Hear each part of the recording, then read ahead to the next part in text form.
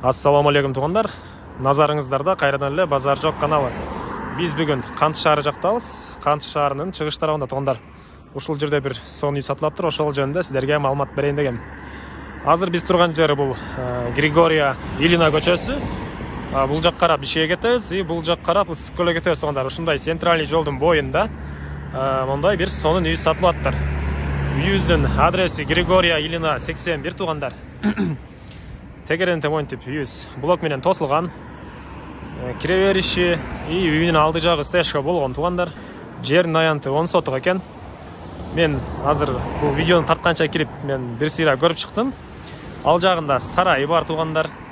Үйүбүз өз деле сонун жакшынакай үй экен. Андыктан видеону акырына чейин көрүңүздөр. Көргөнүңүздөргө күнбөйсүздөр. Сонун үй туғандар. Мен өзүм деле алгым келип кетти, бирок акчам жоктугуна байланыштуу суктанып эле карап сиздерге көргөзүп берип атам туғандар. Жана айткан деле үйүбүз могу центральный көчөнүн боюнда жайгашканга байланыштуу бул жака сиз магазин ачсаңыз деле болот. Ал жагында мал баксаңыз деле болот. Кыскасы ушундай көп нерсеге ыңгайлуу жакшынакай үй экен туғандар. Анда эмесе биз үйүбүздүн алды жагын азыр сиздерге көргөзөлү.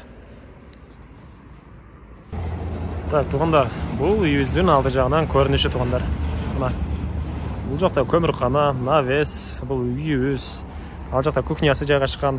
Андан ары жакта мал сарайы да бар туғандар, блоктон ары жагында. Так, үйүбүз тетиги кухня кошулуп 15ке 9 экен узун туурасы туғандар. Кирпич менен бүтүрүлгөн.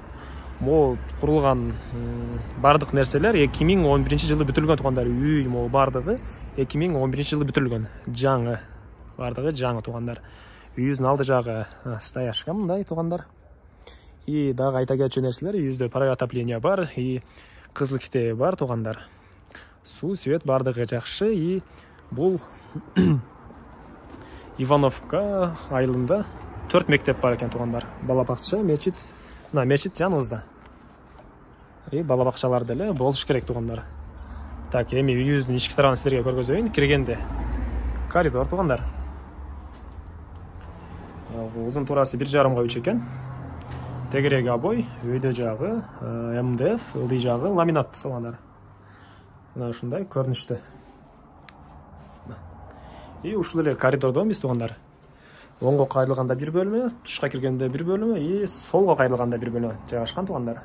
Азыр сиздерге оң тараптагы бөлмөнү тааныштырайын биринчи. Так, бул бөлмөбүз гостевой деп коебузбу же мондай апаларыбыз улуттук мондай эмелерибизди сактаган бөлмө деп коебузбу, гостевой деп коебузбу, ушундай бөлмө туғандар. Узун туурасы 5ке 3 экен. Тегереги обой, өйдө жагы МДФ, ылдый жагы ламинат туғандар. Үйдүн чыгыш жагында бир пластик терезе орнотулган. Мына ушундай көрүнүштө туғандар. Ушул эле үйдөн кайра коридорго чыгабыз. Коридорго чыгып, оңго кайрылганда биздин спальный бөлмө жайгашкан туғандар. Узун туурасы 3ке 3,5. Тегереги обой, өйдө жагы МДФ экен туғандар. Ылдый жагы ламинат туғандар. Мына ушундай көрүнүштө батыш жагында бир терезе орнотулган. Лайктан басып туғандар. Кандайдыр бир ойлор болсо Ивановка айылы жөнүндө комментарийге жазып туруңуздар туғандар. Лайк, комментарий, подписаться баскычын басууңуздар биздин каналдын өнүгүп кетүүсүнө чоң салым кошкон болосуздар туғандар. Чоң салым болот. Так, кийинки бөлмө. Зал 5ке 3, так. 5ке 3 экен узун туурасы туғандар. Тегереги обой, өйдө жагы МДФ, ылдый жагы ламинат туғандар. Түштүк жана чыгыш жагынан терезелер орнотулган пластика. 2 терезе түштүк жагында, чыгыш жагында бир терезе орнотулган туғандар. Мына ушундай көрүнүштү. Негедир ушул үй мага жакты туғандар. Бул макташ эмес, конкретно эле мен өзүмө жакты да, ушул негизинен тез кабар байкем окшоп көптөгөн эле үй тарта элекен буга чейин. Бирок мага жакты ушул үй. Өзүм алгым келип атат, бирок данный момент менде 35 000 же 30 000ден кичине ашыгыраак акча жок. 35 000 доллар деп атышат үйдүн баасыны. сүйлөшүүлөр болот экен туугандар. Биз үйдүн кайрылы тышкарындабыз. Ботинкамды кийип алайын. Чыкканда эле мечит көрүнүп турат. 5 мал намазыңызды деле мечитке кирип окусаңыз сизге ыңгайлуу эле болот туугандар. Так. Сиздерге азыр бул үйүбүздү тааныштырып бүттүк туугандар. Чоң үйүбүздү тааныштырып бүттүк. Бул жакта бир биздин кухнябыз жайгашкан. Узун туурасы 5ке 3,5 экен туугандар.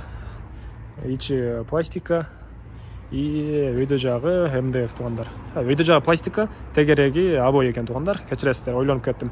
И ошол эле жерден биз баняга өтүп кетсек болот. И ошол банянда бул жагда кичине бир бөлмө бар. Ал жерде топкада жайгашкан туугандар. Кимден ким серьезный клиент болсоңуздар келип көрөрсүздөр. Азыр ичинде үйдүн ээлери отурганга байланыштуу мен киргим келген жок ал жака. Так. Монтип үйдүн алды. Бул жагы монтип блок менен тосулган. Ал жагында блоктун ары жагында сарай бар, мал сарайы бар туугандар. Тоокана бар, мал сарай бар. И бул жакта тандыр бар экен туугандар. Ондай. Үйдүн ээси каяктан экенин кичине байкап койдуңар, а? Тандыр бар экен, бул жакта очок бар экен туугандар. Мында 2 очок, бир тандыр. Бул жакта дагы бир мондай бир коридор жана бир где-то 3,5 же 4ке 4 бөлмөсүгө ылайлык таштырылган, фундамент куюлган. Мына үйдүн алды тарабында дагы киргенде коридор жана бул жакта бир 4ке 4 бөлмөгө ылайык таштырылган фундамент куюлган туугандар. И бул жагында бир көмүркана жана кичинекей навес туугандар. Ушундай көрүнүштө. И эми сиздерге үйүбүздүн мал сарайын көргөзөйүн туугандар. 13 бука баккыдай мал сарай бар экен. Баккыдай, короче. Бул жактан чыксак да болот. Биз бул жакта эле чыгайлы. Эки жактан чыксак болот экен ал жака. Так. Мынакей туугандар. Бул жакта бир сарай, бул эски сарай окшойт. Бул жанында тоокана жана бул жакта жаңы бир сарай курулган. 13 чоң мал бакканга туугандар.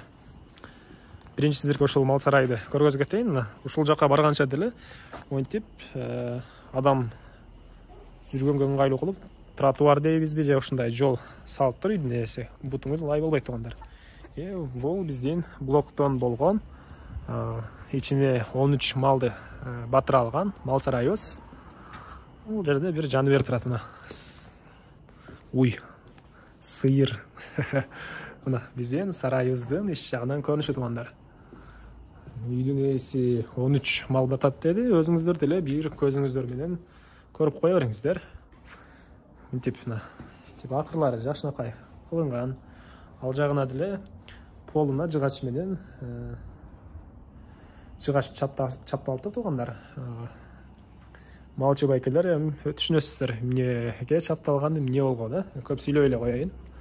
Так. Мына ушундай көрүнүштө туугандар.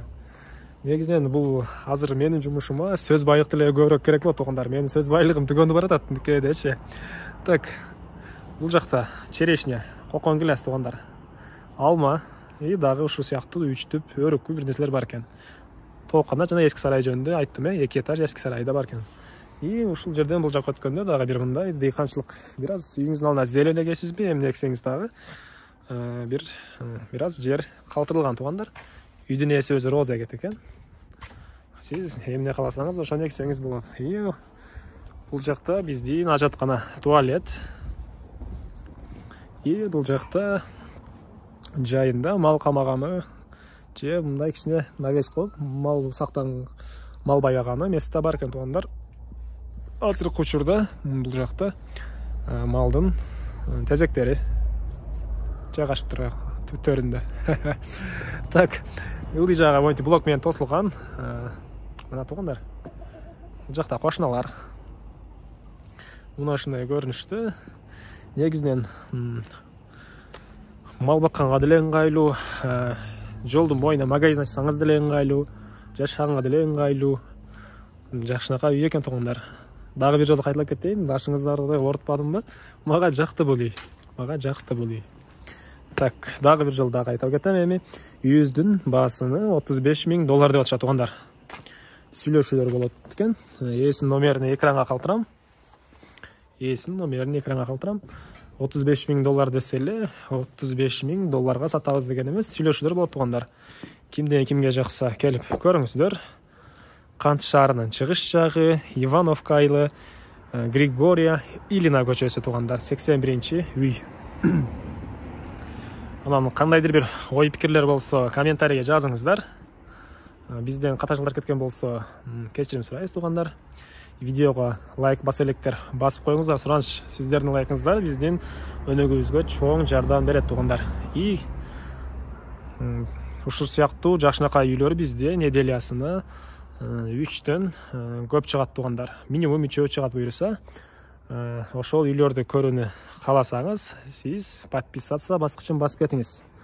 Жана бизде ушул сыяктуу үйлөрдүн кыскача видеолору бар. Instagram жана TikTokто туугандар. Аларды деле базар жок деп издесеңиз, Instagram, TikToктон биздин профилдер чыгат, кирип көрсөңүз болот. Кийинки чыгарылышка чейин туугандар, саламатта калыңыздар.